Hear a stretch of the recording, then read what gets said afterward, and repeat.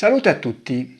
In questo video continueremo il nostro esame delle ragioni che tendono a escludere Salvatore Vinci dall'essere stato il mostro di Firenze e andremo a esaminare gli ultimi due delitti, quello di Vicchio e quello di Scopeti. Cominciamo naturalmente dal delitto di Vicchio. Ecco, allora per quel delitto cominciamo a dire che abbiamo un orario ben preciso. Un orario che è attorno alle 21:45. Questo perché due testimoni udirono separatamente dei colpi di pistola a provenire dalla zona del delitto. D'altra parte sappiamo già che questo si accorda con l'uscita dei ragazzi da casa e con l'ora presunta del loro rientro. In sostanza i ragazzi arrivarono lì attorno alle 9:30, cominciarono a prepararsi e alle 21:45 il mostro li attaccò.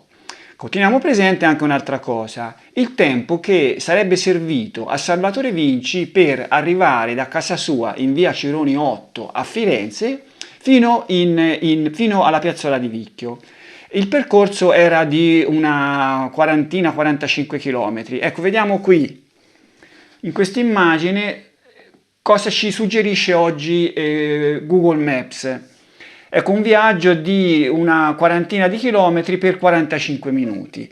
Torrisi nel suo rapporto parla di 45 km e 30-35 minuti, ma secondo me 30-35 minuti erano pochi per Salvatore, anche perché in quel momento Salvatore Vinci disponeva soltanto della 126 che usava Antonietta D'Onofrio, la sua donna. Non so se era intestata a lui, era intestata a lei.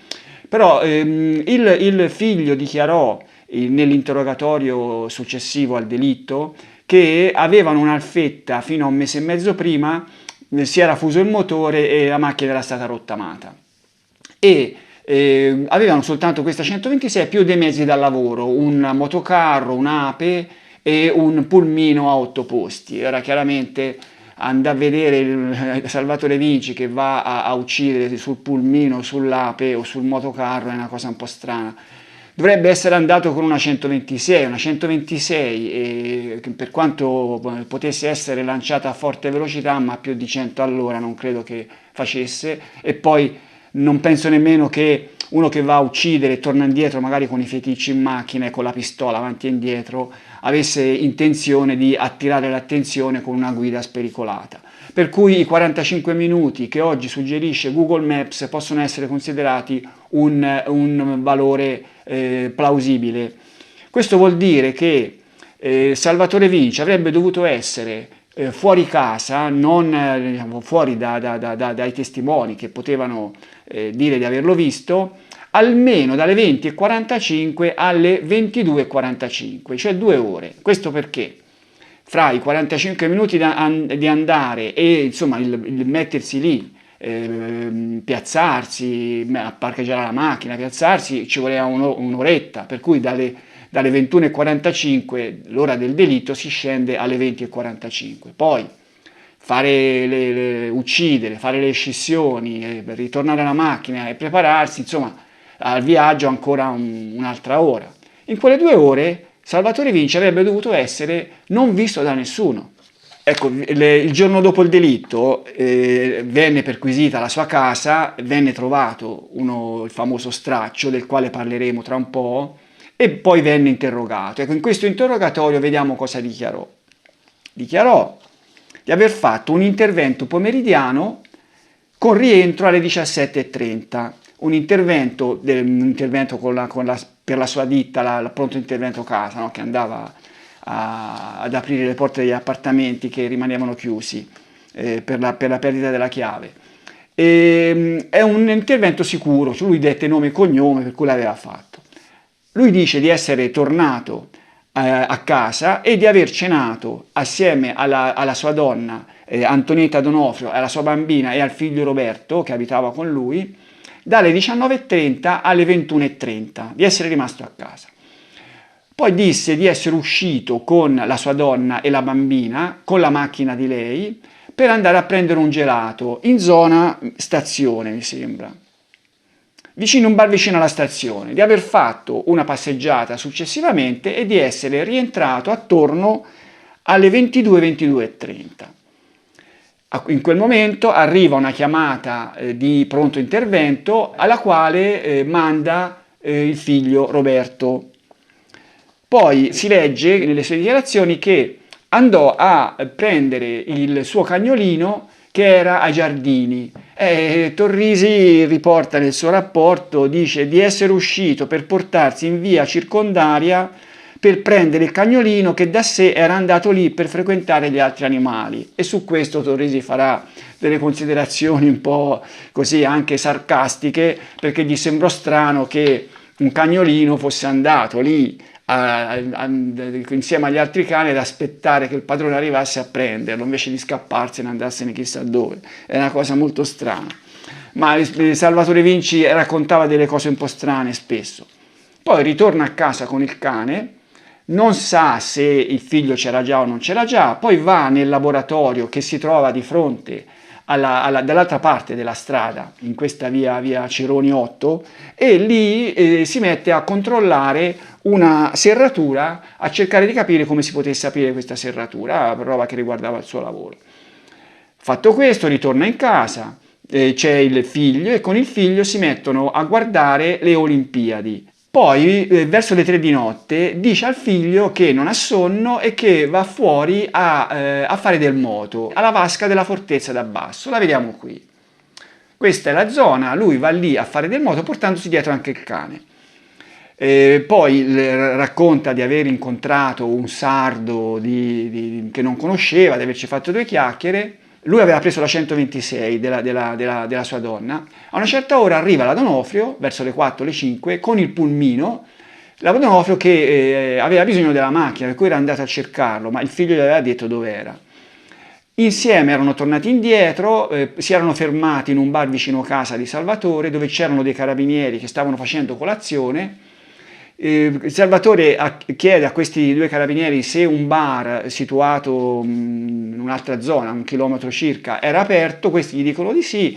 Lui va con la Donofrio in questo bar, fanno colazione in questo bar e poi tornano a casa. Questo è il racconto di Salvatore Vinci.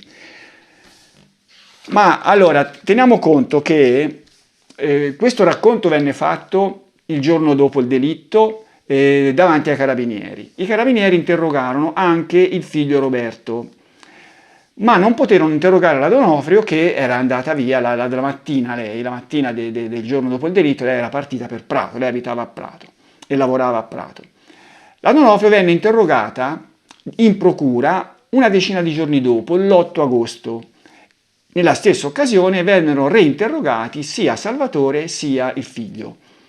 In questi 5 verbali ci sono delle incongruenze che Torrisi non mancò di far rilevare. Ecco, io di questi 5 verbali ho quelli dell'8, non ho quelli del 30 luglio, giorno dopo il delitto. Sentiamo cosa dice Torrisi riguardo le contraddizioni tra questi 5 verbali. Da un esame delle dichiarazioni rese dal Vinci Salvatore, poste in relazione a quelle del figlio e della convivente, la cui attendibilità, peraltro, è tutta da dimostrare per le evidenti incoerenze esistenti, emergono numerose contraddizioni, non solo riguardanti gli orari, ma soprattutto le stesse circostanze e i fatti richiamati dal Vinci Salvatore. Insomma, si assiste al tentativo concorde e piuttosto evidente di tutti e 3 i testi escussi di riportare gli avvenimenti, ora procrastinandoli, ora anticipandoli, nell'arco di tempo che va dalle 20:30 del 29 alle 0:15 del 30. Ed in questo tentativo si intuisce che sia il figlio che la convivente sono stati adeguatamente addestrati a riferire secondo le istruzioni ricevute, ma con risultati non convincenti. Allora, non possiamo vedere tutte le contraddizioni che Torrisi elenca. Le contraddizioni sono sull'orario di queste Olimpiadi, su quando andò nel laboratorio, gli orari di uscita, eccetera, eccetera. Ma la cosa più importante è la passeggiata, chiaramente, la passeggiata con la Donofrio, perché è quella che coincide come orario con l'orario del delitto. Cioè Salvatore disse di essere uscito da casa con la convivente alle 21:30 e di aver fatto essere uscito con la macchina, aver preso il gelato e poi di aver fatto una passeggiata ed essere tornato a casa alle 22, 22:30. Per cui questo è l'orario che copre quello del delitto. Leggiamo dal verbale delle dichiarazioni della D'Onofrio dell'8 agosto. La domenica pomeriggio siamo stati tutto il giorno in casa, abbiamo anche dormito, abbiamo cenato verso le 20:21. Allora, verso le 20:21 qui coincide abbastanza con quello che dice Salvatore, lui parla 19:30, dalle 19:30 alle 21:30 la cena. Non ricordo se dopo cena o prima siamo usciti insieme con la bambina a prendere un gelato. Preciso che da quando sto col Vinci ciò è avvenuto 2 o 3 volte in tutto. Comunque siamo andati in tale occasione in solo 2 gelaterie, quella della Fortezza e quella di Porta a Prato.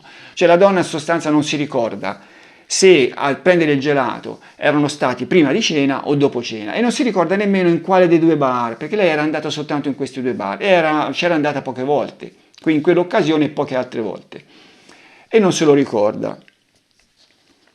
Dopo cena comunque, verso le 22, è arrivata una chiamata per la ditta PIC del Vinci, ma è andato il figlio Roberto. Dopo circa mezz'ora il Vinci è uscito dicendo che andava nel laboratorio, che si trova davanti a casa. Io, che sono un po' curiosa, ho controllato se aveva detto la verità e dalla finestra ho visto che nel laboratorio c'era la luce accesa e ho visto chiaramente le gambe del Vinci seduto al tavolino di fronte alla finestra. Questo dice, racconta la donna, è chiaro che c'è questo problema della uscita per il gelato che lei non si ricorda se è prima della cena o dopo cena. La cosa, io penso che fosse dopo cena, comunque poi vediamo. E poi c'è questa storia che lei dice, ma siamo andati in questa gelateria quando non andiamo così, andiamo pochissime volte proprio in quell'occasione lì, no? C'è anche questo fatto. Sentiamo le considerazioni di Torrisi. È priva di fondamento la circostanza secondo cui il Vinci Salvatore, dopo cena, sia uscito di casa con la bambina e Antonietta per fare un giro in macchina e una passeggiata, andando a prendere un gelato in un bar, sito all'inizio di via Cerretani, perché la donna invece, come aveva dichiarato lui, come aveva dichiarato Vinci, invece dichiara la donna di non ricordarsi di essere uscita, se prima o dopo cena, né peraltro è in grado di indicare in quale gelateria si sono recati, quella sita alla Fortezza o a Porta a Prato. La verità è che da via Cerretani a Porta a Prato intercorre una distanza di più di 1 chilometro e peraltro non è che le 2 zone si possono facilmente confondere, perché la prima ricade nel cuore del centro storico della città e la seconda all'inizio dei viali, per cui la donna dimostra che le affermazioni in tal senso rese dal Salvatore sono prive di fondamento. Allora lui dice, la donna non si ricorda bene se dice di non ricordarsi se è andata prima di cena o dopo cena. Salvatore dice che è andato dopo cena. E poi la donna non si ricorda in quale delle 2 gelaterie. E questo gli basta per dire che questo fatto, questa passeggiata, questo gelato, è una cosa che non è mai avvenuta. E la donna ha raccontato il falso, evidentemente. No, questo dice Torrisi. Però, prima di tutto bisogna dire che se Salvatore avesse istruito i suoi due testimoni, il figlio e la sua donna, ad appoggiare le sue dichiarazioni, a confermare le sue dichiarazioni, insomma non ci sarebbero state tutte queste discrepanze. Cioè la storia esemplare è la storia del gelato. Cioè, allora è normale che il gelato si vada a prendere dopo cena, non che si vada a prendere prima. Per cui io penso che Salvatore, se avesse voluto inventare questa storia del gelato, non avrebbe avuto difficoltà a dire alla donna di che siamo andati dopo cena, e la donna avrebbe detto quello se avesse voluto mentire, e non avrebbe detto non mi ricordo se era prima o se era dopo cena.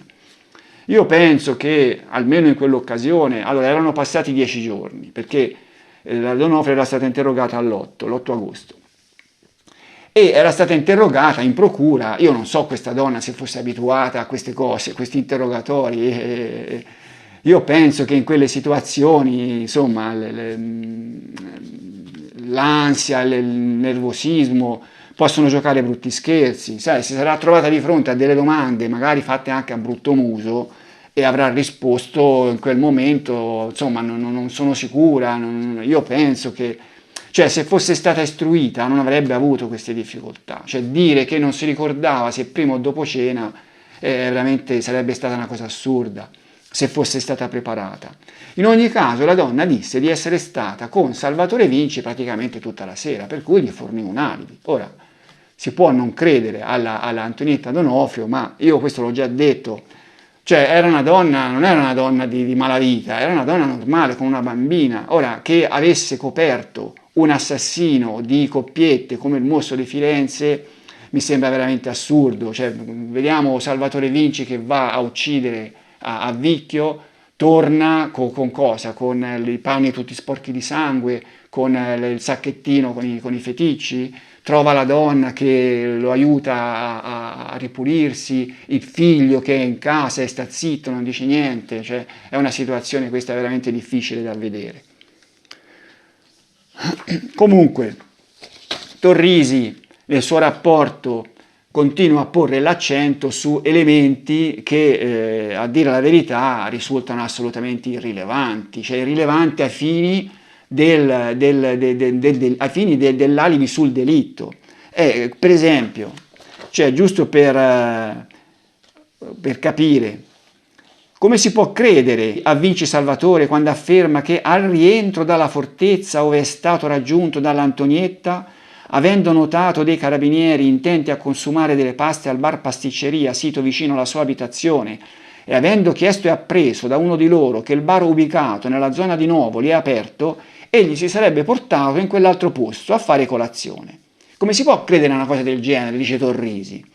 Quale necessità ha il Vinci Salvatore di spostarsi in un altro locale quando per chiedere a uno dei due carabinieri è dovuto entrare dentro e quindi sarebbe stato più ragionevole fermarsi lì a fare colazione? Ho capito, ma magari lì non c'erano le paste che voleva lui, o magari non c'era la persona che voleva lui, magari lui voleva andare dall'altra parte perché di là c'era una barista che gli era simpatica, che gli avrebbe fatto volentieri le chiacchiere, c'era un barista che gli era simpatico, c'erano tutti e due, insomma.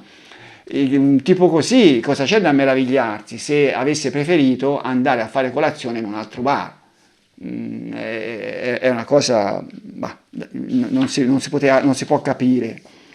Cioè, la sospettosità di Torrisi è veramente assurda, fuori dalla logica. È chiaro invece che il soggetto, nel voler dare riscontri che credibili non sono, come il particolare dei due carabinieri, finisce per inventare altre circostanze che stanno fuori dalla comune logica. Pertanto il Vinci Salvatore con le sue dichiarazioni dimostra che i sospetti nutriti nei suoi confronti sono più che fondati. Sì, ma insomma, cioè lui dice da una parte che, questo l'abbiamo già visto, che il Vinci era intelligentissimo, furbissimo e compagnia bella, e poi va a crearsi questi problemi andando a inventare questi particolari. Cioè, che motivo aveva il Vinci di dare dei particolari non veri su un orario come le 4 le 5 di notte? Cioè, le 4 le 5 di notte erano già stati scoperti i corpi, per cui non aveva bisogno di dare nessun particolare.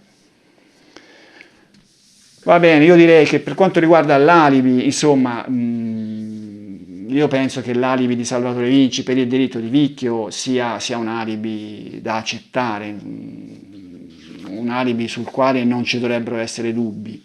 Comunque, andiamo a vedere poi il resto e passiamo allo straccio. Allora, si è già detto di questo straccio che venne trovato durante la perquisizione del 30 luglio 1984.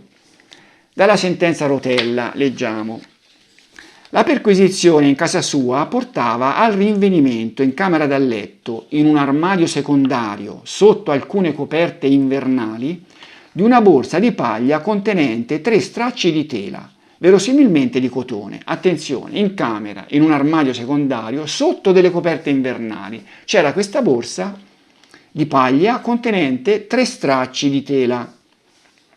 La borsa, tonda come uno scudo e foderata, non presentava particolarità di rilievo. La sua fattura asiatica di livello ordinario non offriva spunti per risalirne all'origine commerciale. 2 dei 3 stracci stampati in giallo a fiorellini da un lato racchiudevano a mo' di copertina il terzo, bianco e quanto mai sporco di grigio con macchie rosso vinose e giallastre. I carabinieri sequestravano il tutto, senza che Salvatore Vinci battesse ciglio, sospettando che le macchie scure fossero di sangue. Rapportavano all'autorità giudiziaria che intanto ne verificava l'alibi, ma per diversi mesi nessuno prestava particolare attenzione al reperto. Ecco, vediamo qui la borsa con dentro gli stracci. Ecco, questa borsa, cominciamo a notare la stranezza della posizione in cui venne trovata. Venne trovata sotto delle coperte di lana, di invernali, in un armadio della camera da letto, con dentro questi stracci. Due puliti e in mezzo uno sporco. Questa perquisizione venne eseguita dal PM e non da Rotella. Adolfo Izzo non dette importanza a questo ritrovamento e Rotella se ne dolse molto. Rotella fu avvertito molti mesi dopo e se ne accorse per caso Torrisi perché un suo subalterno glielo disse e da lì cominciò, cioè Rotella chiese che questo straccio venisse esaminato, cosa che Izzo non aveva fatto. Nella sua sentenza Rotella si lamentò moltissimo di questo comportamento del PM e che qui dimostra che i due uffici, procura e ufficio istruzione, lavoravano con sincronismo poco perfetto. Sentiamo cosa dice Rotella. La ragione ancora oggi proposta in senso contrario, cioè dal PM, da Izzo, che, virgolette, appare ben singolare la circostanza che il Vinci, già in precedenza perquisito per il duplice delitto dell'83, proprio nell'ambito della stessa indagine, all'indomani del duplice omicidio avvenuto in Vicchio di Mugello il 29/7/84, custodisse, per di più in camera da letto, uno straccio che in qualche modo potesse collegarlo all'omicidio. Queste sono le considerazioni di Izzo, no? Che dice ma questo straccio non poteva essere qualcosa collegabile all'omicidio, perché Vinci sarebbe stato un cretino se l'avesse lasciato lì in camera da letto. Secondo Rotella questa considerazione era e rimane nulla più che una petizione di principio. Un fatto è un fatto e il come e il perché, se non vi sono elementi per suffragarli in qualsiasi senso, appartengono al campo delle relazioni. Insomma, dice Rotella, non si sa perché questo straccio fosse lì, perché Salvatore ce l'avesse messo, però c'era e il fatto che ci fosse lo qualifica come un elemento da controllare. Una volta che Rotella riconosce l'importanza di questo straccio, si pone qualche domanda sul perché questo straccio è lì, insomma questa circostanza un po' strana del rinvenimento. Il fatto è, la sua sentenza, il fatto è che è già difficile farsi una ragione del perché la borsa estiva fosse in un armadio che conteneva solo coperte invernali e sotto di esse. Ancora più difficile è spiegare il perché dei tre stracci all'interno della borsa e in particolare di quello sporco è diverso tra i due omogenei e puliti. Cioè perché uno straccio sporco in mezzo a due puliti? E ancora se borsa e stracci fossero stati riposti ivi insieme e quando? La situazione è quanto mai ambigua. E qui c'è la polemica con il pubblico ministero. Il pubblico ministero elude il problema rispondendo implicitamente alla domanda che si è posto intorno al perché Vinci avrebbe dovuto custodire lo straccio se conservava le tracce del reato. Prescindendo da divagazioni psicopatologiche avanzate per esempio nel rapporto dei carabinieri, dal quale si evince che Vinci custodiva cose altrimenti strane che danno un quadro del tutto particolare della sua personalità, alla domanda del PM si può rispondere ponendo una domanda di segno opposto. Perché custodire chiunque sia stato lo straccio e in quella borsa, in quel sito, in quel modo, tra due puliti di origine diversa e tra loro omogenei, se era semplicemente uno straccio sporco? Insomma, io penso che intendesse dire Rotella con queste considerazioni che il fatto che quello straccio fosse stato custodito lì in quel modo fosse stata un'azione deliberata di Vinci che custodiva cose strane, che evidentemente voleva tenere questo straccio, mantenere quello straccio in quel modo. Io penso che Rotella volesse intendere questo. Ma quello straccio, andiamo a vedere, allora i due che lo avvolgevano erano puliti, quello straccio era sporco. Sporco di che? C'erano delle macchie rosso-vinose che sembravano di sangue e c'erano delle chiazze marroni giallastre. Allora, vennero fatti numerosi esami, dopo che naturalmente Rotella si accorse del reperto, ci si buttò a pesce e lo fece esaminare più volte, fino addirittura a farlo esaminare in Inghilterra con le prime tecniche di rilevamento del DNA. Ecco, dico subito che non ci furono risultati per l'esame del DNA e credo che in quell'occasione addirittura lo straccio non tornò nemmeno più indietro e si perse, oggi non esiste più. Comunque, vediamo quello che venne trovato con gli esami fatti qui in Italia. Ecco, le numerose macchie rosso-vinose, che erano 38, risultarono di sangue di gruppo 0. Sangue di gruppo 0 che era il sangue di Vinci, di Salvatore. Teniamo conto che il gruppo 0 è il gruppo più diffuso in Italia, quasi la metà della popolazione ce l'ha. Rotella fa notare che quel sangue, quel gruppo 0 era anche quello di Claudio Stefanacci, però, ripeto, è un gruppo sanguigno diffusissimo, il più diffuso.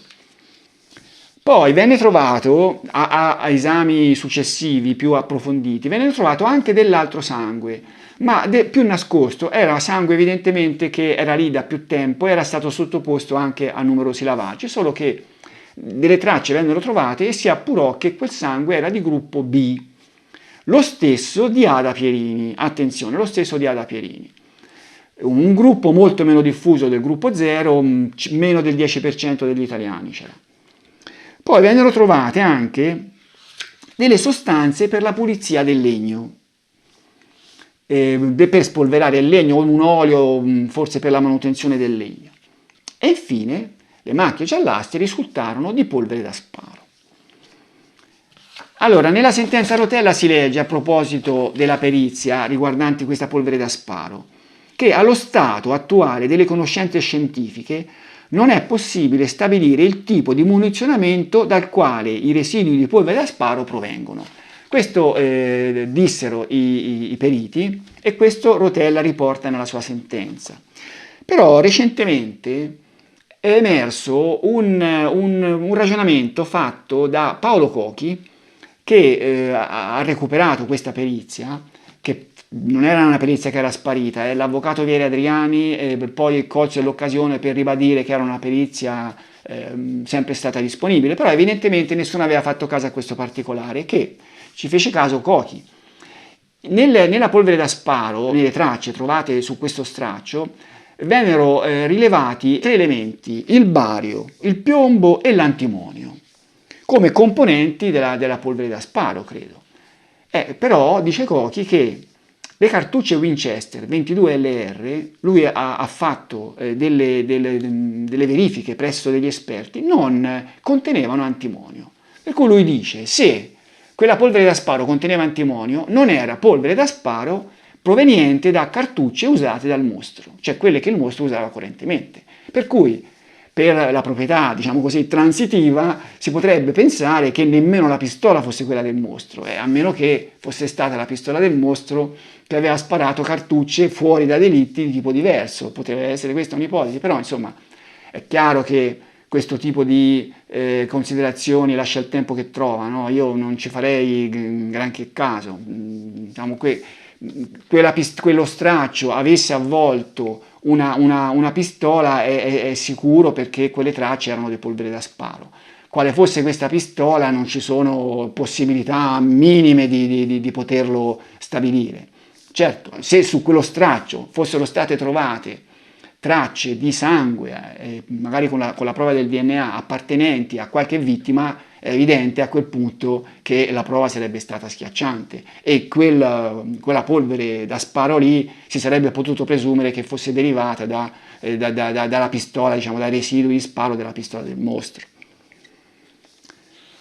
Allora, cerchiamo un po' di capire questo straccio, perché era lì, cioè l'origine di questo straccio. Allora dice, leggiamo la sentenza Rotella. A Salvatore gli venne chiesto, dice, ma questo straccio lì cosa ci fa? E disse Salvatore Vinci ha sostenuto in astratto credibilmente, data la natura dell'oggetto, che la borsa appartenesse a una donna di casa. L'ha attribuita con qualche incertezza ad Ada Pierini. Costei tuttavia non conviveva con lui, a quanto si è accertato, dal 1983, e cioè dall'anno precedente al suo rinvenimento. Vista la borsa, la donna ha detto che non è mai stata sua. Ha affermato di averne posseduta un'altra, pure di paglia ma di foggia diversa, dandone una minima descrizione. Non v'è assolutamente nulla che possa far credere a Vinci piuttosto che a lei. Sì, è vero.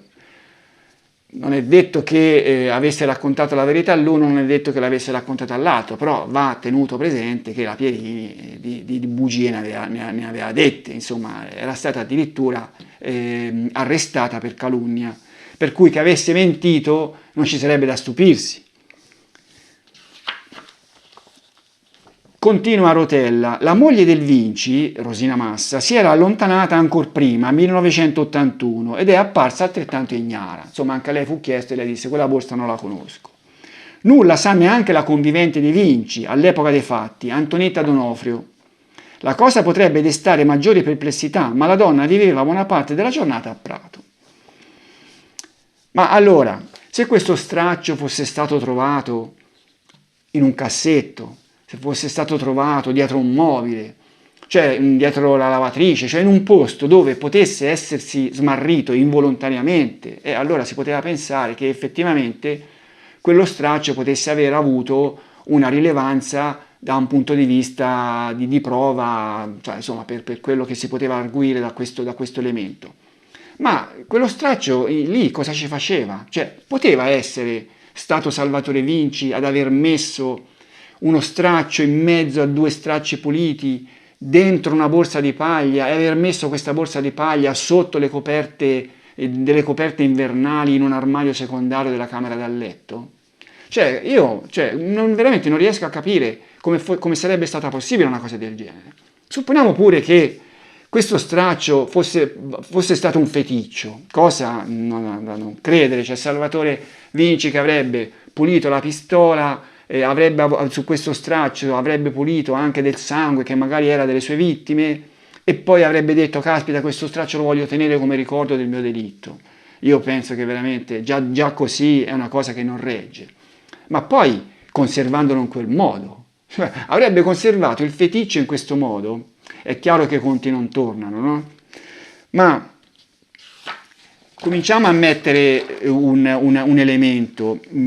Si legge nella sentenza Rotella: soltanto una donna che prestava attività di colf in casa Vinci, Anna Vigini, affermò di aver notato la borsa tra l'inverno e la primavera del 1984, ma non sa cosa custodisse, per cui diversi mesi prima del ritrovamento, inverno-primavera 84, quella borsa era già lì.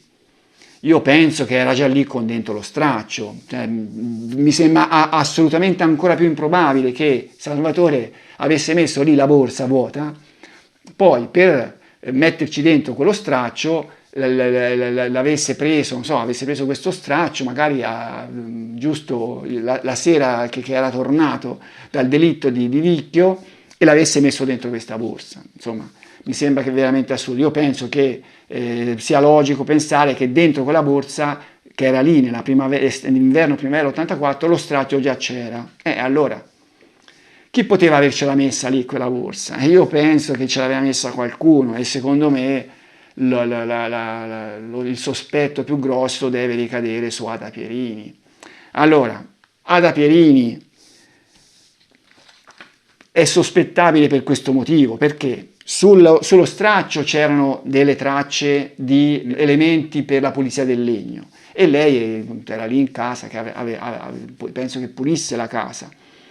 C'erano delle tracce del suo sangue, per cui quello straccio in qualche modo lei per le mani l'aveva avuto.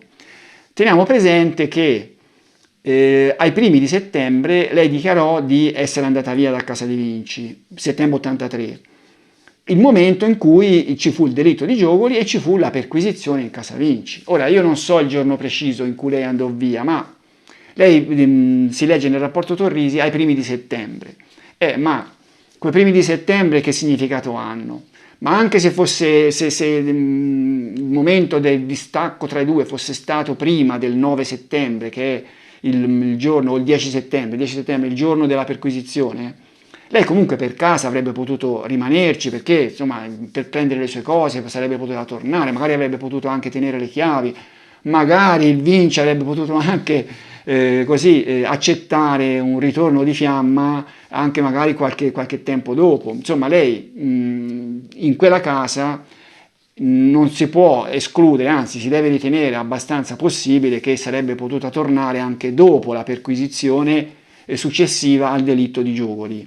Allora, se Ada Pierini era così arrabbiata nei confronti di Salvatore da addirittura calunniarlo e finire in galera, io penso che una trappola di questo tipo sarebbe stata capacissima di tendergliela.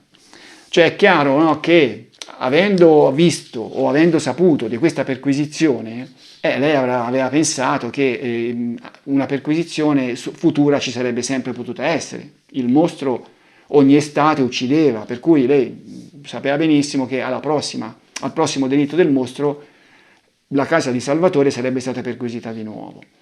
Per cui se voleva tendere una trappola a Salvatore, quello era il modo, cioè dove lo poteva nascondere questo straccio? In un posto dove poteva essere trovato da Salvatore? No, doveva nascondere in un posto dove né Salvatore né gente che circolava per casa sarebbe andato lì a cercarlo, però i carabinieri in una perquisizione sì. E io penso che preparò questi due stracci con dentro quello sporco, prese una sua borsa, che lei aveva una borsa di paglia, lei disse che la borsa non era quella, ma chi ce lo dice che non era quella?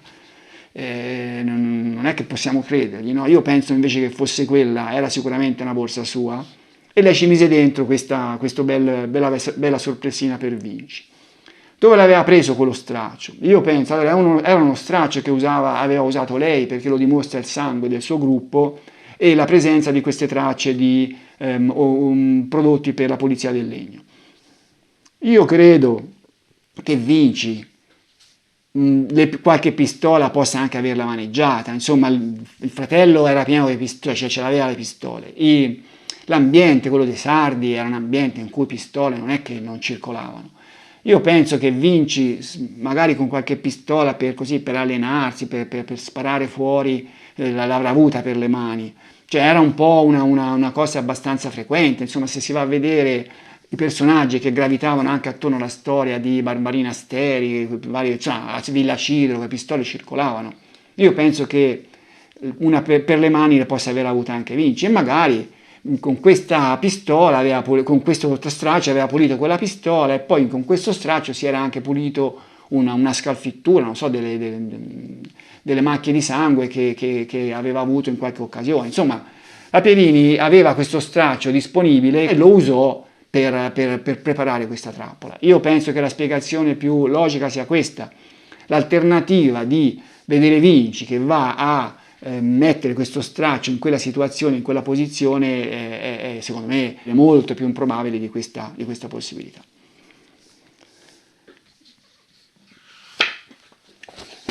Passiamo a un altro argomento. Passarono dei mesi e si arrivò al 12 ottobre dell'84, quando venne trovata il giorno dopo, venne uccisa nel suo appartamento di via della Chiesa 46 una prostituta, Luisa Meoni, la quarta delle 4 prostitute che poi si è tentato di vedere come delle uccisioni da parte del mostro. Secondo me soltanto le prime 2.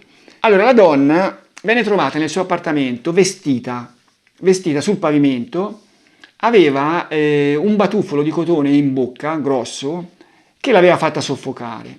E aveva un'altra particolarità, è che aveva le maniche di un maglione annodate come tipo camicia di forza. L'appartamento era tutto a soqquadro, la donna era morta soffocata da questo batuffolo di cotone, l'appartamento era tutto a soqquadro, erano stati rovesciati i cassetti, si fu molto incerti sul movente di questo delitto. Si disse, cioè si legge sui giornali, che non era un delitto maniacale, perché la donna non venne violentata, non risultò che non aveva avuto rapporti sessuali nelle ore precedenti, e anche per rapina erano stati portati via dei gioielli di poco valore, ma pare che un borsello contenente del denaro non fosse stato trovato. E poi la donna, che era già una donna di una certa età, aveva 46 anni, non aveva così un gran giro, per cui non aveva molti soldi per le mani. Certamente l'ipotesi della rapina, visto che avevano messo tutto a soqquadro, non è da scartare. Potrebbe essere stata una messa in scena, ma una messa in scena per quale motivo? La cosa strana è che tra le sue carte venne trovata una ricevuta della ditta di Salvatore Vinci, che la vediamo qui. un intervento del 21 ottobre 1982 per intervento di apertura porta tramite una scala, un tipico intervento della ditta di Salvatore Vinci.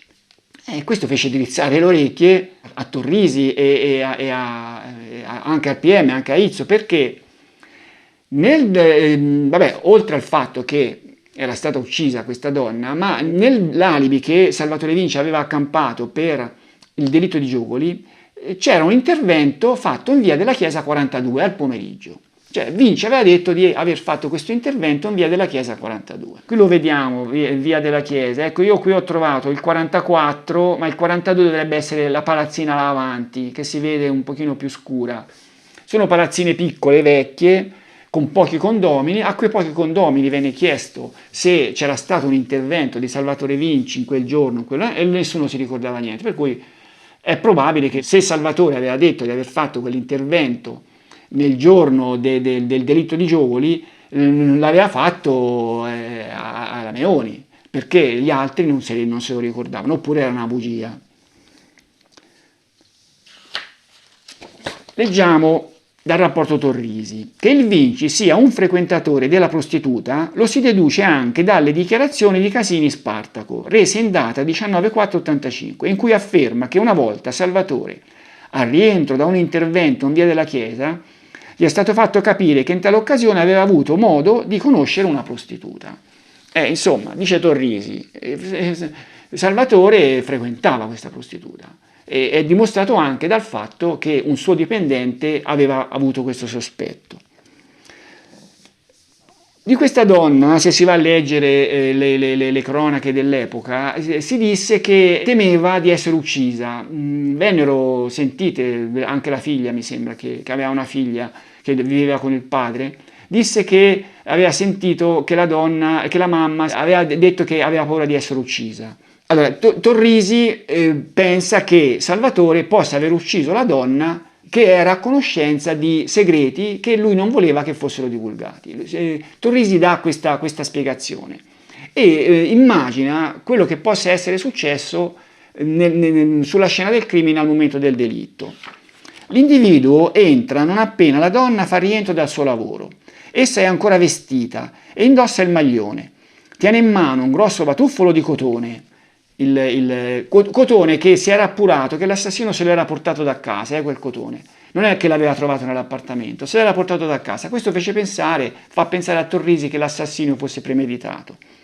Tiene in mano un grosso batuffolo di cotone, verosimilmente imbevuto di qualche sostanza narcotizzante, cotone che non risulta prelevato dall'appartamento. A questo punto trascinarla nella camera da letto, immobilizzarla con le mani e premerle al naso e alla bocca un lenzuolo è compito estremamente facile e la donna, forse senza nemmeno accorgersene, è passata dal risveglio alla morte immediata, impossibilitata a respirare e a difendersi. Ma questa ricostruzione è una ricostruzione che non regge. Non regge per un motivo molto semplice, che la donna era stata legata con il suo maglione, a mo' di camicia di forza. Cioè, quando l'assassino avrebbe legato la donna e perché? Secondo la descrizione di Torrisi, l'assassino avrebbe assaltato la donna, l'avrebbe narcotizzata e poi l'avrebbe soffocata o infilandole il batuffolo in gola oppure premendole addosso, mentre la donna era intontita, un cuscino o un lenzuolo. Ma allora perché legarle le mani con il maglione? Cioè è chiaro che chi assalì la donna, e secondo me lo fece per cercare nell'appartamento dei soldi,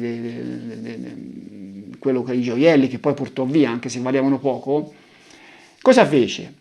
Narcotizzò la donna, con questo batuffolo probabilmente la narcotizzò, poi mentre la donna era intontita o addormentata addirittura, le legò le maniche del maglione per impedire che, mentre lui lo ristava, nel caso che la donna si fosse svegliata, avesse potuto fare dei danni, cioè avesse potuto andare ad aprire la porta, per esempio.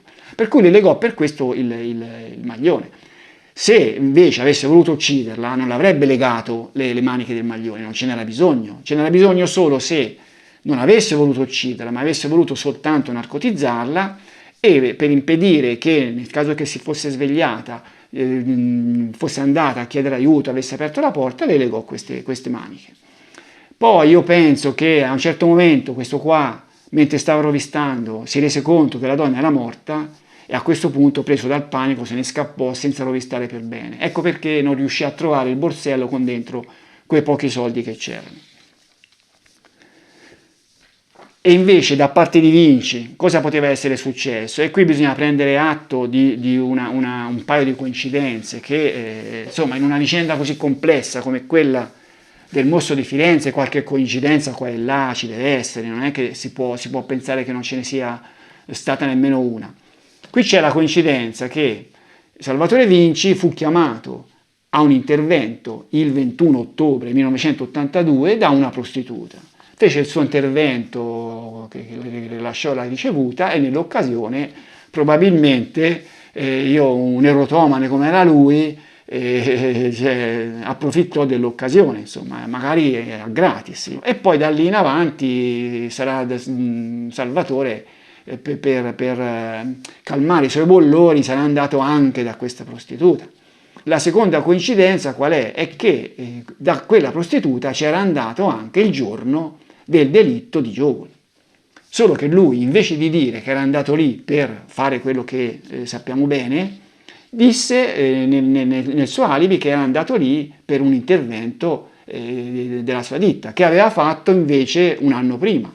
Io penso che le cose sono così, mi sembra che sia la soluzione più logica. Bisogna prendere atto di queste due coincidenze. Passiamo adesso all'esame delle impronte ovalari trovate sulla portiera del passeggero della Panda di Claudio Stefanacci.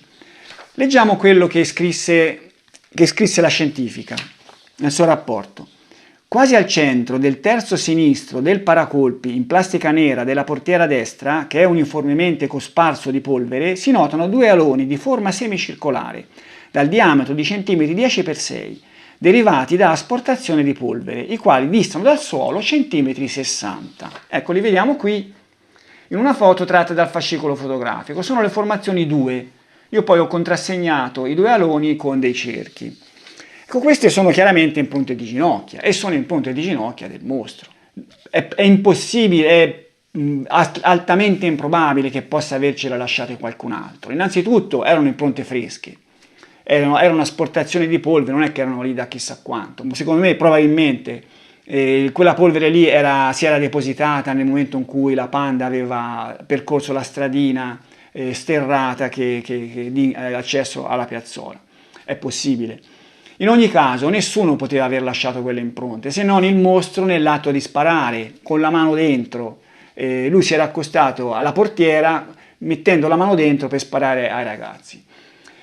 C'è chi si sarebbe accostato a quella portiera? Io penso soltanto uno che avesse dovuto lavorare sul tettuccio della macchina o per mettere dei bagagli con un portabagagli o per pulire il tettuccio, una roba del genere, se no uno non è che si accosta con le ginocchia a una portiera. Nemmeno Claudio Stefanacci, poi Claudio Stefanacci era alto 1,70 m. Poi vediamo l'altezza di quelle ginocchia, non erano assolutamente compatibili con quelle di Claudio Stefanacci. Comunque, su queste impronte De Fazio fece un ragionamento. Innanzitutto prese delle misure migliori, stabilendo che il fondo dell'impronta era a 53 cm da terra. Fondo dell'impronta che corrispondeva al fondo delle ginocchia della persona che ci si era accostata. Ecco, De Fazio fece un ragionamento andando attraverso la tabella delle proporzioni di una persona, delle sue varie parti del corpo, dicendo che la persona era alta più di 1,80 m. Però io ho già detto in un precedente video che questa misura era molto diciamo, ridotta rispetto a quella reale, che deriverebbe da un'altezza di 53 cm della parte inferiore del ginocchio, perché questa corrisponde, secondo le tabelle antropometriche, a una persona alta più di 2 metri, cosa che probabilmente lasciò perplessi i consulenti, De Fazio e compagnia, e che non dissero nulla, cioè dissero che il mostro era alto 1,80 m, però facendo un calcolo si arriverebbe a 2 metri, ma io penso che il problema sia risolvibile pensando che quando il mostro si accostò a quella portiera aveva i piedi alzati. Io ho fatto una foto ricostruttiva, ecco, secondo me la posizione poteva essere questa, con il mostro che si teneva, da una parte si teneva, e si era accostato con le ginocchia alla portiera.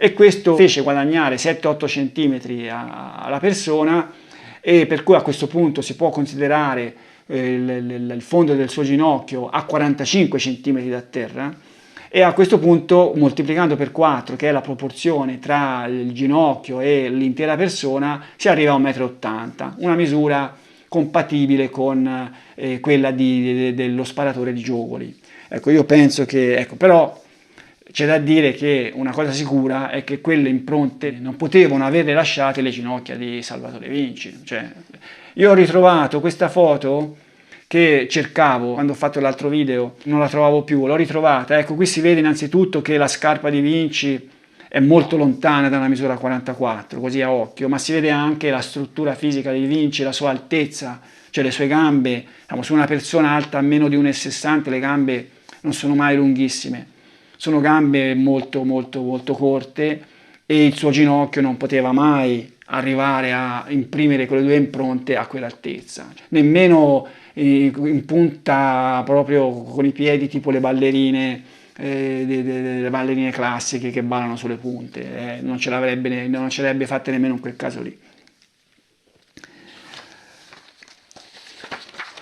Rimaniamo sulla Panda di Claudio Stefanacci e sulla stessa foto, andando a esaminare le due formazioni A e B in alto, che non sono altro che dei contrassegni per indicare delle impronte di dita parziali che risultarono non utili a confronti. Ecco, io ho sempre pensato, vabbè, innanzitutto dimostravano che il mostro non portava i guanti. Tanti hanno detto, ma perché non portando i guanti non sono state trovate impronte in tante altre parti? Non è che le impronte è così facile rilevarle, poi soprattutto con le tecnologie dell'epoca, poi ne parliamo meglio più avanti di queste impronte. In ogni caso, queste impronte parziali che non risultarono utili per confronti, però non è del tutto vero che non sono utili per confronti. Cominciamo prima di tutto a cercare di capire di che cosa stiamo parlando. Che cosa sono queste impronte? Io non è che ne sapessi molto, sapevo quello che sanno tutti, ma ho cercato di capire un po' meglio come funzionano i confronti di impronte. E nella mia ricerca su internet sono incappato in un documento che si può tirare giù da questo sito, Liceo Giacomo Leopardi Recanati. Il documento dice che cosa sono le impronte e dà anche i metodi di confronto con delle notizie molto interessanti. Cominciamo a leggere innanzitutto che cosa sono le impronte papillari. La pelle che ricopre il corpo umano presenta sulla superficie dei palmi delle mani e delle piante dei piedi una struttura particolare, caratterizzata da piccole sporgenze, dette creste papillari, intervallate da altrettante depressioni denominate solchi. Tali disegni, dermatoglifi, sono immutabili perché si formano già durante la vita intrauterina del feto, al quarto mese della gestazione, e non mutano fino alla morte, poiché trovano la loro origine negli strati profondi del derma. Possono essere alterati soltanto da cicatrici profonde e da gravi malattie cutanee. Inoltre, i disegni delle creste papillari sono unici e individuali. Essi differiscono da soggetto a soggetto e danno luogo a un numero di combinazioni così elevato tale da far ritenere che non esistano impronte perfettamente identiche tra due individui, neppure tra gemelli omozigoti. Allora, queste impronte, che ci sono anche sulle palme e anche sulle piante dei piedi, diventano particolarmente individualizzanti sui polpastrelli. Cosa succede quando si appoggia un polpastrello su una superficie? Che può rimanere su questa superficie l'impronta del polpastrello. Può rimanere in tre modi diversi, o per apposizione, cioè il polpastrello è intriso di sostanza, può essere anche il sudore della persona, può essere, che ne so, il sangue, può essere una vernice, e quando si appoggia sulla superficie, che naturalmente deve essere liscia, idonea, e poi viene tirato via, viene fuori questo disegno dovuto alle creste, sostanzialmente. Oppure può essere da asportazione, a questo punto si appoggia il polpastrello su una superficie che è lei intrisa di sostanza, e quando si tira via lascia sempre queste impronte. Oppure può essere per compressione, quando il polpastrello va a finire su una superficie tipo creta sostanzialmente, che viene premuta e quando viene tirato via il polpastrello rimane questa impronta a rilievo. Queste impronte di polpastrello sono state catalogate in 4 tipologie diverse. L'impronta delta, monodelta, bidelta o composta. Quella composta può essere, avere oltre che 2 delta anche 3, in casi rari.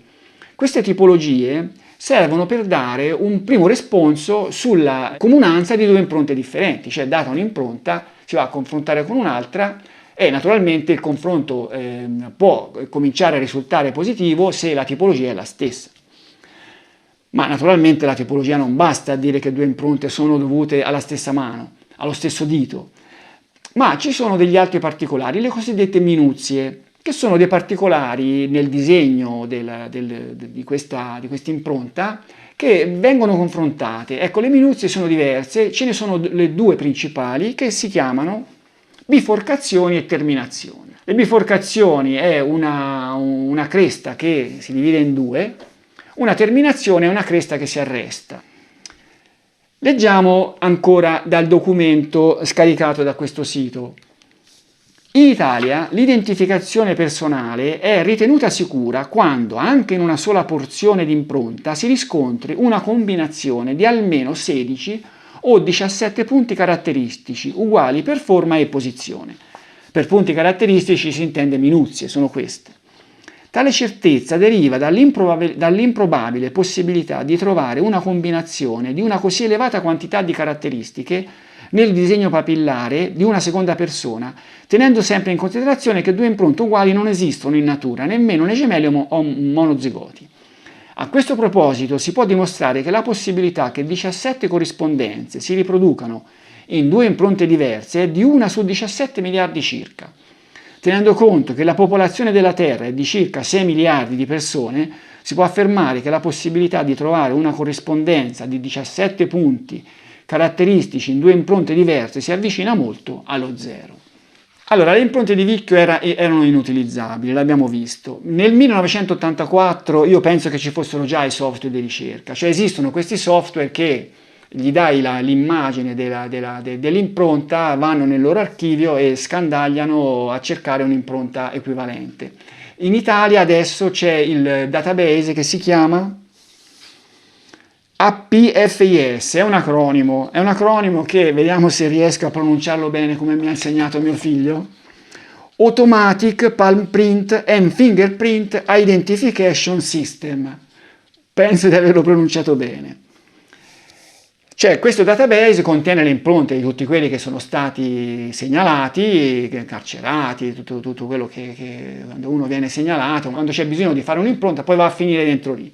Le impronte di Vicchio, avendo troppe poche di queste minuzie disponibili, non potevano essere utilizzate per queste ricerche. Però bisognava pensare che queste ricerche tendono a trovare un'impronta simile tra milioni di altre impronte, centinaia di migliaia. Però si può avere anche il caso contrario, si può avere due impronte esistenti, quella parziale con poche minuzie e quella diciamo normale. A quel punto, se le minuzie presenti nell'impronta parziale non esistono in quella completa, vuol dire che le 2 impronte sono incompatibili. Cioè, in sostanza, se queste impronte parziali non possono servire per trovare delle impronte equivalenti, possono servire per escludere che delle impronte siano equivalenti. È quello che è stato fatto, io non lo sapevo, è uscito un video recentemente, un video di qualcuno che legge le perizie senza nemmeno dire cosa sono, senza nemmeno dare una data. Io mi sono interessato e l'avvocato Vieri Adriani mi ha procurato quelle perizie che in questo video non si sa da dove vengano. Sono perizie che sono state fatte in concomitanza con le indagini su vigilanti. Io ho ricevuto dall'avvocato Vieri Adriani alcuni documenti e in questi documenti si legge che il 9 giugno 2016 venne richiesto dal PM Luca Turco alla Polizia Scientifica il confronto tra alcune impronte parziali agli atti e quelle di alcuni personaggi. Il 4 luglio successivo arrivarono i risultati. Vediamo i personaggi che vennero controllati.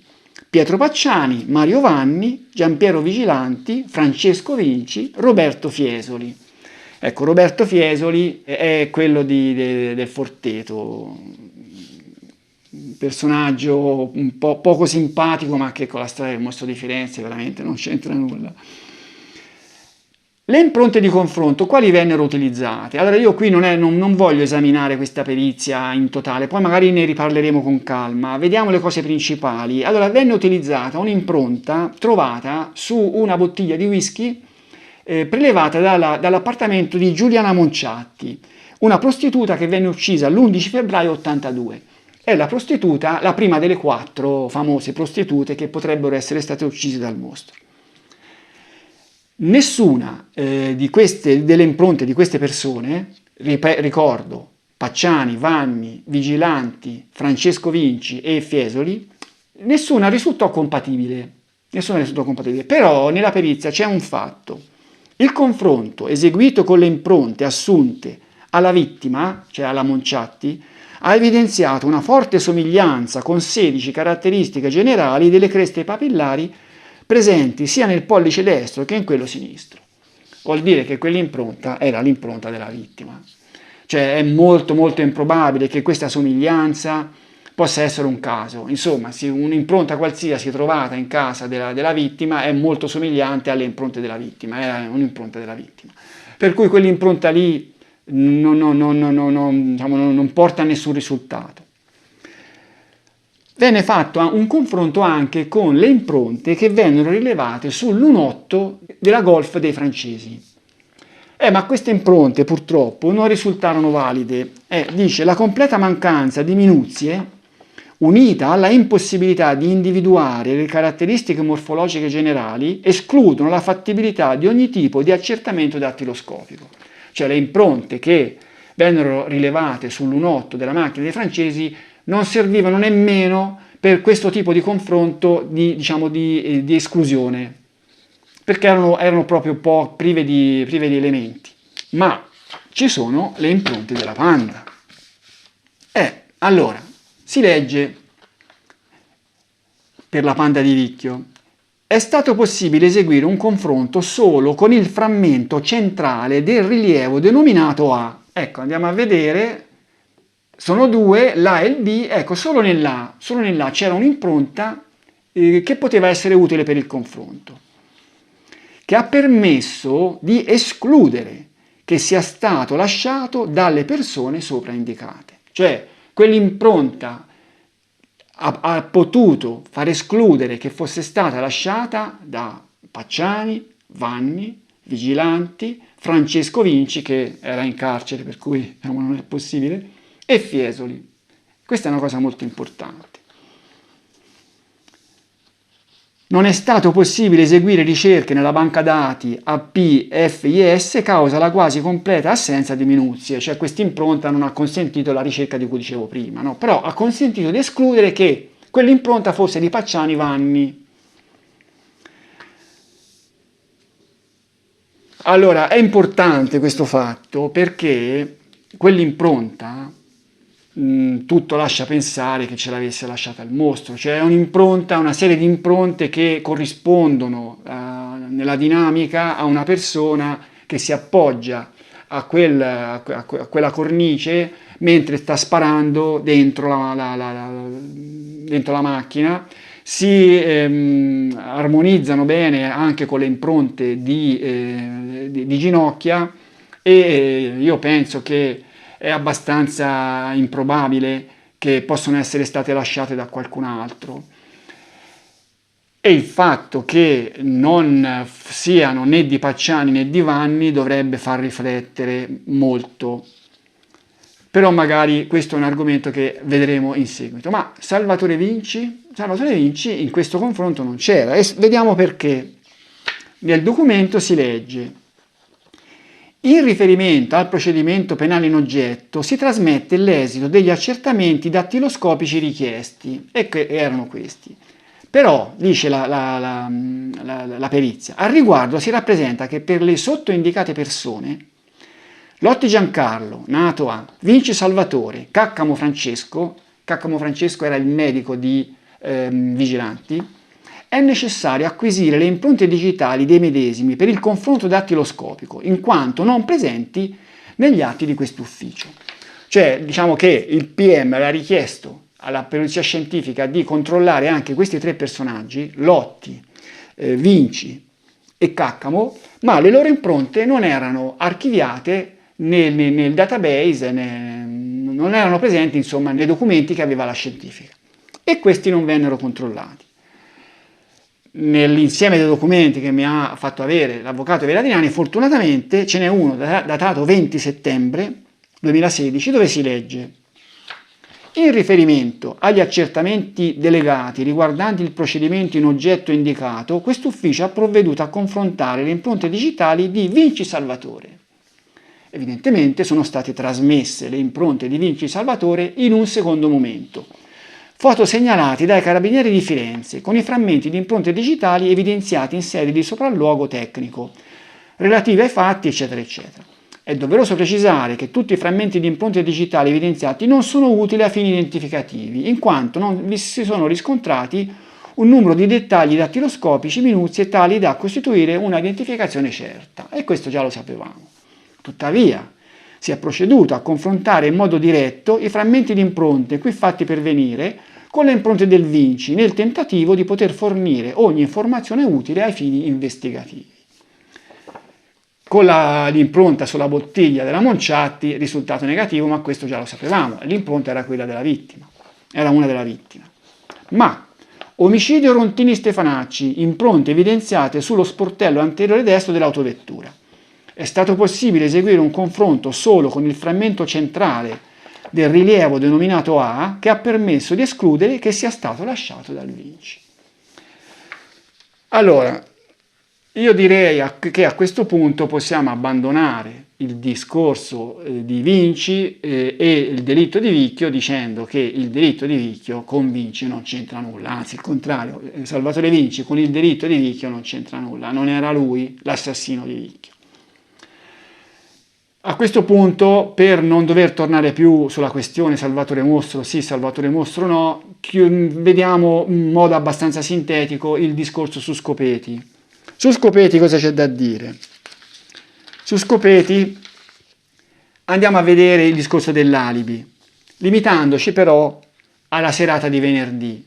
Cioè consideriamo il fatto che il delitto fu compiuto di venerdì, non fu compiuto né di sabato né di domenica. Io l'ho spiegato già in altri video, la logica dice che i poveretti furono uccisi il venerdì, arrivarono il pomeriggio e la sera, dopo essere tornati dalla festa dell'unità, furono uccisi.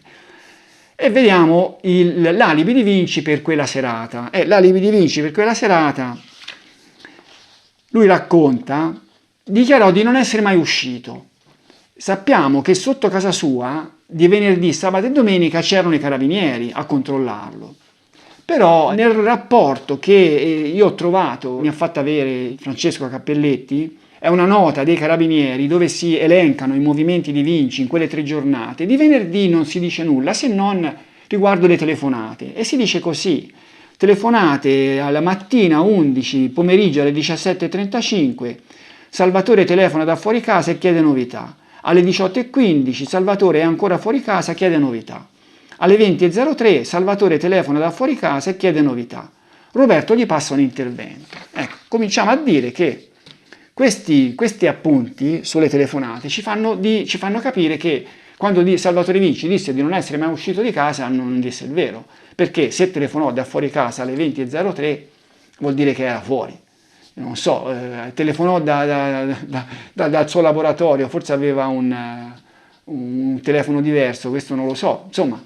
Pare che avesse raccontato una bugia, non si capisce perché lui doveva essere al corrente, secondo quello anche che dice Torrisi, di questi controlli, sia del telefono sia delle persone, sia dei carabinieri sotto casa. Per cui perché dire una cosa che poteva essere smentita dalle intercettazioni telefoniche, che lui sapeva benissimo, perché poi è dimostrato dalle sue telefonate alla pasticceria che abbiamo già visto, che telefonò poi la domenica sera, mi sembra domenica notte, a questa pasticceria, con il proposito di farsi sentire da chi lo stava intercettando. Lui lo sapeva cioè il suo telefono era sotto controllo, per cui telefonando da fuori alle 20.03 si scopriva, però non si capisce se i carabinieri avessero controllato quel venerdì se lui era in casa o non era in casa. Evidentemente Torrisi non riteneva che il delitto fosse stato compiuto il venerdì, per cui non si dilunga nelle spiegazioni sul venerdì e non si sa. Però andiamo a vedere quello che invece dichiarò la D'Onofrio.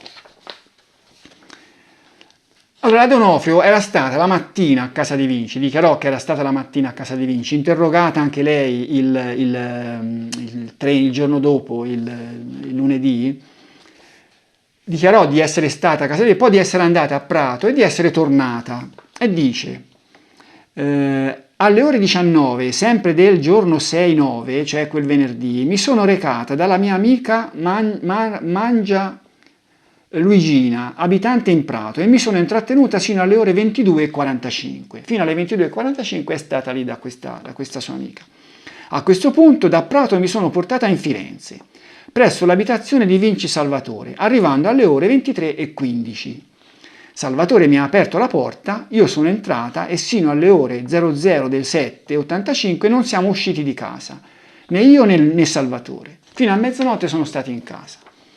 Tutta la giornata di sabato 7-9-85 io l'ho trascorsa in casa di Salvatore. Confermo che per tutto il giorno non ho messo il naso fuori di casa.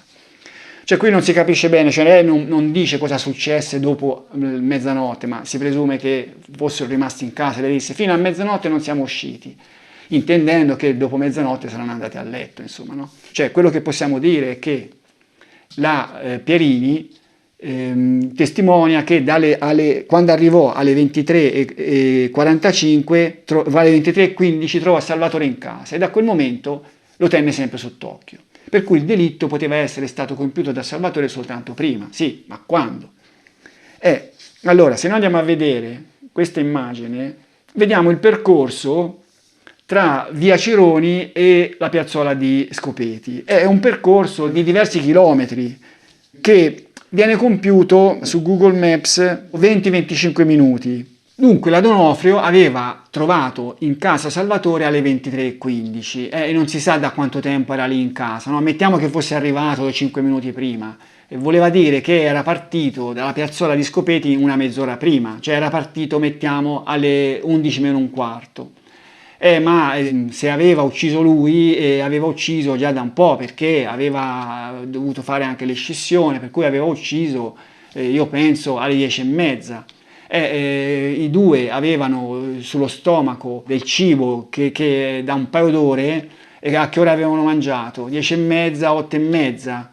Sì, potevano aver mangiato alle 8:30, ma mi sembra che la testimonianza di chi li aveva visti mangiare alla festa dell'unità era proprio attorno a quell'ora, per cui insomma avevano mangiato dopo. Cioè è molto molto improbabile che Salvatore Vinci potesse aver ucciso i due, aver fatto tutte le scissioni e poi essere riuscito ad arrivare a casa sua entro le 23:15 quando arrivò la D'Onofrio. Questo sempre che si voglia dare credito a quello che disse la D'Onofrio, e io non vedo perché non gli si dovrebbe dare credito. Un altro elemento che lascia pensare che Salvatore Vinci difficilmente potesse essere l'assassino di Scopeti è il modo in cui avrebbe scoperto la tenda. Se i due sono stati uccisi il venerdì, come io penso, l'assassino dovrebbe aver visto la loro tenda nel pomeriggio di venerdì, perché la sera, quando loro erano alla festa dell'unità, era tutto buio e una sarebbe dovuta andare appositamente in cima alla piazzola per vedere se c'era qualcuno. Sì, cosa possibile ma poco probabile, di questo ne abbiamo già discusso. Ma chi poteva passare il pomeriggio lì? Perché uno sarebbe dovuto passare il pomeriggio, aver visto questa tenda e poi aver detto va bene, vediamoci se aveva visto i campeggiatori, ci torno stasera per ucciderli. E perché Salvatore Vinci avrebbe dovuto passare il venerdì pomeriggio da quella piazzola, lì, da quella via, che era, insomma, non era proprio vicino casa? Sì, è possibile che ci fosse passato, ma è molto molto più probabile che ci fosse passato uno che abitava lì in zona. Questa è un'improbabilità, non vuol dire niente. Invece un fatto un pochino più importante è l'orma che venne trovata vicino al corpo di Michel. Venne trovata all'orma di uno scarponcino a carro armato, tipo quello di Calenzano, che venne preso il calco e si stabilì che era di taglia 44-45. Ecco, noi vediamo qui l'articolo della Nazione dove si dice questo. Un'impronta alla scarpa del mostro corrisponde a un 44, le indagini parlano ai magistrati. Questa impronta fu ritenuta piuttosto significativa da De Fazio, che non la mise nella sua perizia, però da dichiarazioni fatte anche a giornali, la considerò come un'impronta molto calcata che molto probabilmente era stata fatta dall'assassino mentre trascinava il corpo di Michel. Si è detto di questa impronta, sì, ma con tutti i carabinieri che c'erano in giro, che portavano gli anfibi, eccetera, eccetera, l'avrà lasciata uno di loro. Però recentemente Paolo Cochi ha rintracciato un carabiniere che era stato tra i primissimi ad arrivare sulla scena del crimine, uno dei tre che era andato insieme al maresciallo Lodato dopo che Santucci aveva avvertito di aver visto questo cadavere. Era andato Lodato con questi tre carabinieri e Cochi ne ha rintracciato uno. Questo carabiniere gli ha detto che lui ha visto questa impronta e che già c'era prima per cui che arrivassero tutti gli altri. E naturalmente non l'avevano lasciata né lui né gli altri due, se no se lo sarebbero detto, e nemmeno Lodato. Per cui quell'impronta era preesistente, ma allora quell'impronta chi ce la poteva aver lasciata?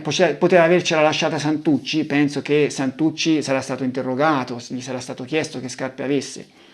Qualcuno che aveva visto il corpo del ragazzo e non aveva detto niente, era stato zitto, non aveva detto niente, non aveva fatto nemmeno una telefonata anonima, può darsi, però diciamo che è molto molto probabile che quell'impronta fosse un'impronta lasciata dal mostro, anche perché si armonizza con quella di Calenzano. Insomma, sono entrambe 44, per cui direi che le probabilità sono molto alte. Cochi ha raccontato tutti questi fatti in un video, lo vediamo qui, il video che si chiama Delitto di Scopeti, l'impronta sulla scena del crimine. In questo video lui ha fatto anche vedere una foto. Ecco, in questa foto si vede Maurri che indica proprio quell'impronta. È una foto di scarsa qualità, ma insomma è importante come documento. Siamo arrivati quasi in fondo, io direi l'ultima cosa, sempre sulle improbabilità che Vinci potesse essere l'assassino di Scopeti, che sono le modalità con le quali abbrancò il ragazzo che stava fuggendo da dietro fino a spingerlo a terra. Ecco, io ho raccontato nella mia dinamica il modo che con il quale secondo me avvenne questo placcamento, diciamolo così. Allora, qui c'è una foto dove io faccio vedere come da dietro prendo l'attore cingendolo al collo con un braccio e accoltellandolo con l'altro. Ecco, teniamo presente che qui i due, siamo io e mio figlio, siamo alti uguali più o meno. Il ragazzo francese, Michel, era alto 1,70, un mostro alto 1,80 avrebbe tranquillamente potuto prenderlo in quel modo e con il suo corpo, con il suo peso, spingerlo fino a terra. Cosa che non avrebbe potuto fare una persona alta 1,60 m e che probabilmente non pesava più di 60 kg. Io direi che a questo punto il video finisce e come ultime considerazioni dico questo, spero per la ricostruzione storica di questa vicenda. È importante che si sgombri il campo da ipotesi che non reggono. Io spero che molti di voi si saranno convinti che Salvatore Vinci non uccise la moglie, non partecipò al delitto di Signa e non era lui il mostro. Se ci sono riuscito, questo diciamo, dà una motivazione al mio lavoro. Vi saluto.